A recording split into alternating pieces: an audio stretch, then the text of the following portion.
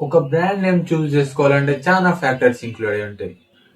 Burman pox name launch చేసుకున్నప్పుడు చాలా మంది మైండ్లో చాలా సందేహాలు.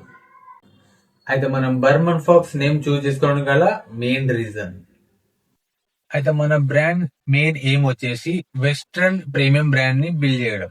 అయితే దానికోసం అని చెప్పేసి చాలా నేమ్స్ ఎతికినాం. దాంట్లో నుంచి కొన్ని నేమ్స్ కూడా ఫిక్స్ అయినాం.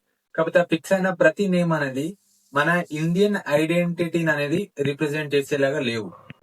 కాకపోతే మనం అనుకుంది ఏంటంటే ఇండియన్ ఐడెంటిటీని రిప్రజెంట్ చేయాలి, పేరు ఇంటెగిట ఇంటర్నేషనల్ ఫీల్ ఇవ్వాలి. దానికోసం అని చెప్పేసి మళ్ళా నేమ్స్ కి కొటేషన్స్ కూడా ఇప్పించినాం. దాంట్లో నుంచి మనకి 180 నేమ్స్ రావడం జరిగింది. ఆ 180 నేమ్స్ లో నుంచి మేము 11 నేమ్స్ ఫిక్స్ అయినాం. ఆ 11 నేమ్స్ లో కొన్ని ఒక 6-7 సర్టెన్ నేమ్స్ అనేది మనకు నచ్చడం జరిగింది. ఆ 6-7 నేమ్స్ లో కూడా అన్ని నార్మల్ ఉన్నాయి, ఇండియన్ ఐడెంటిటీని అయితే రిప్రజెంట్ చేస్తున్నాయి. కాకపోతే ఇంటర్నేషనల్ ఫీల్ అయితే మిస్ అయింది.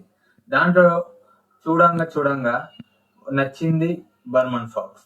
దాంట్లో రెండు ఉన్నాయి, ఇండియన్ ఐడెంటిటీ రిప్రజెంట్ చేస్తుంది, ఇంటర్నేషనల్ ఫీల్ ఇస్తుంది. మనకు కావాల్సింది ఏంది, వెస్ట్రన్ ప్రీమియం బ్రాండ్ బిల్డ్ చేయడం.